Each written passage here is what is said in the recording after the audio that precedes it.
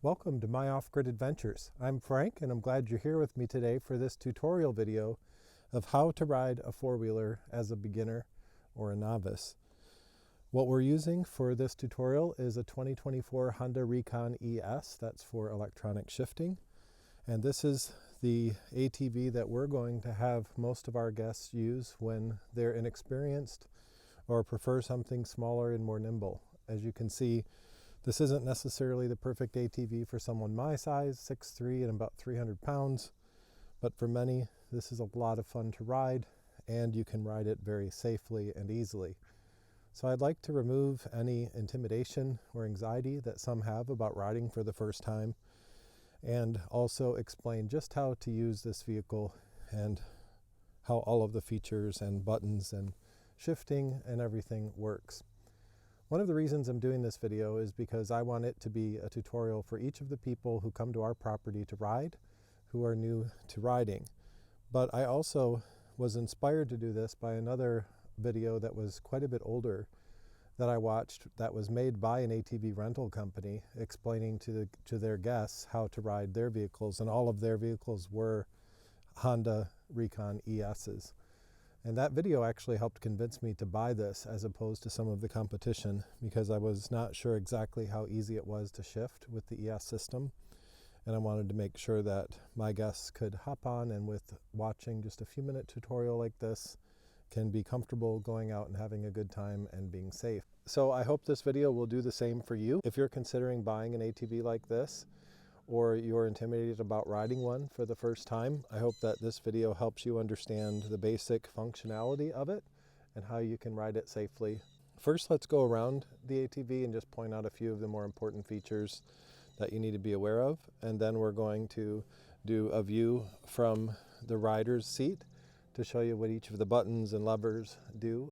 I do want to give a qualifier first though. If you are a guest of our property and you're used to riding our Honda Rubicon, there are some things you need to know that are different from this model. Number one is that this is not power steering. You're going to notice that you have to work at it a little more to steer with this. Another is that when you turn this off, it does not automatically go into neutral like the Rubicon does. You need to put it into neutral first and then turn it off. And that's the better way to do it. And this is not four-wheel drive, so it's not meant to go over some of the large obstacles that you might be used to going over with the Rubicon. But other than that, it's a similar type of riding experience, but this one is smaller, more nimble, easier to maneuver. The Honda Recon is just a great fun four-wheeler for getting into tight spaces and having a good time without all the power that you often don't need from a Rubicon. Let me just point out a couple of quick things as we do a quick walk around, and then we'll look at everything in the steering area. One of the things that are important to know about the Honda Recon is that you need to make sure the gas is on. There's an arrow on the knob that should be pointed down to the on position. Off is to the left, and the reserve is up to the top. That reserve is helpful because if you run out of gas while it's in the on position, there'll be a little bit left, and you can turn it all the way up to that pointed up position, and you'll have enough gas to get back, at least if you're not too far from home. This is where you put your gas in. It's important to know how to brake. So there are actually 3 brakes on this ATV. You have your rear brake, which can be activated with this foot pedal pushing down, or you can activate the rear brake with the left handle there. And the front brake is here with the right. I recommend just using the 2 handles on the handlebar for braking. Try to apply them somewhat evenly, maybe with a little bit more pressure on the rear brake than on the front. It's not recommended to apply all of your braking pressure on the front wheels. It won't slow down as quickly, and it could cause you to lose some control. Let's walk through everything that you see in front of you once you sit down. First, you have your key, which when you turn it on, it should show you that you're in neutral. So you have a green light there, and that just indicates your neutral status, which is where you want to be when it's not running.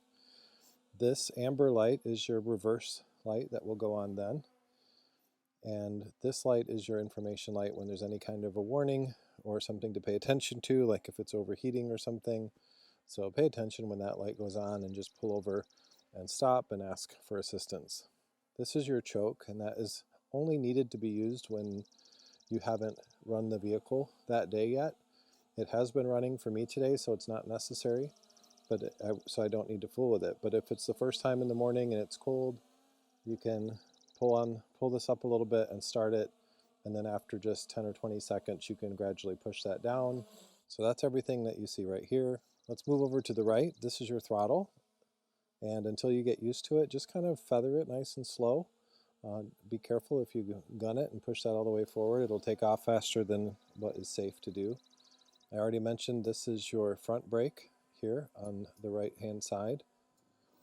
Let's move over here now where you have your rear brake on the left, plus you have this lever here which serves both as a parking brake when you pull this all the way back, and then you push this part forward till it locks. That's your parking brake, and you release it just by pulling a little tighter on it. And it also is what you use to go into reverse. You pull back here, then you pull back there, and push the down button, and you go into reverse. It's actually quite similar to how the Rubicon operates. Very similar. While we're over here, let's look at the light switches. This is your high and low beam. Push it up for high beam, down for low beam. But neither will go on unless you have it in the down position here, and that's on or off for all of the lights. This is the button you push to start it, along with feathering the throttle to give it some gas.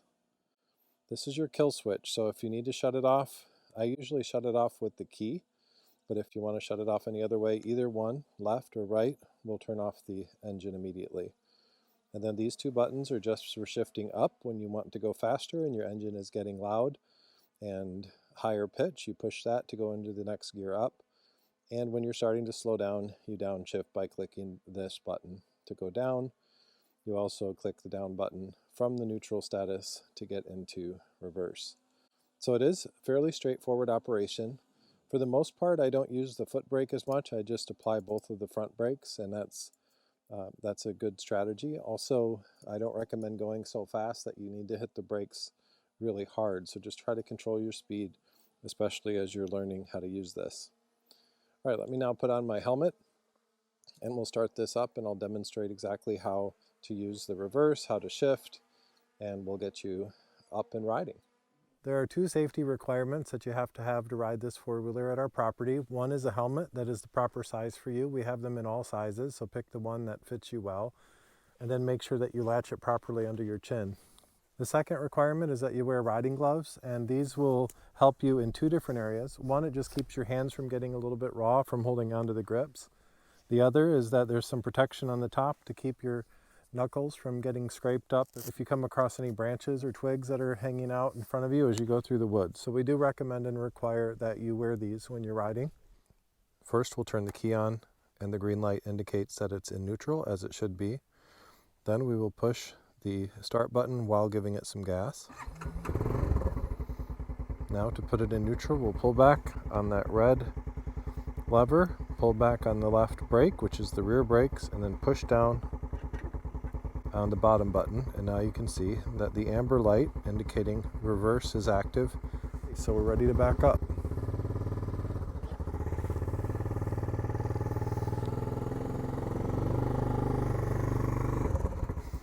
Now we'll push on the up button to get it out of reverse and into neutral, as you can see. Then we're going to put it into first gear. We're going to push up, and then we're going to give it some gas. And then each time the engine revs up and gets louder and higher pitched, that indicates that we need to shift up by pushing the up button and letting off on the gas just the slightest bit, and that'll give you a smoother transition from gear to gear. When you're ready to slow down, gradually let up on your throttle with your right hand, and then downshift by pushing this left button down so that your engine keeps up at the right pace for the speed that you're taking. Push up to get into first. As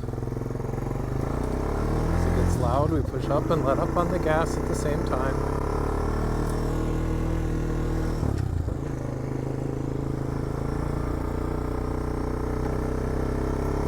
As it gets loud and high pitched, we hit it up again and let up on the gas.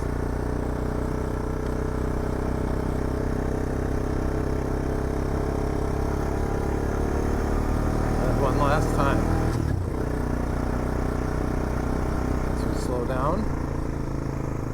push down on the shifter. Really, you just want to pay attention to the volume and the pitch of the engine to keep it in a good, comfortable range. You don't want it too low or too high.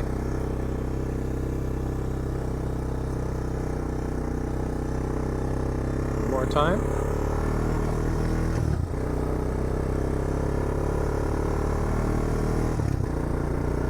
Just get used to letting up on your thumb for your gas as you shift.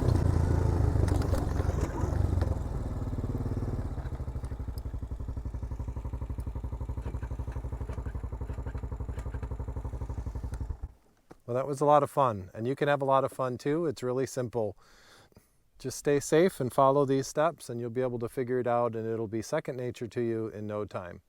Thank you for watching. I hope you enjoyed the video. If you did, would you please give it a thumbs up? That really does help my channel. And for more content like this about living off-grid in Michigan, please subscribe. We'd love to have you join us for more. Thanks again for watching. We'll see you next time.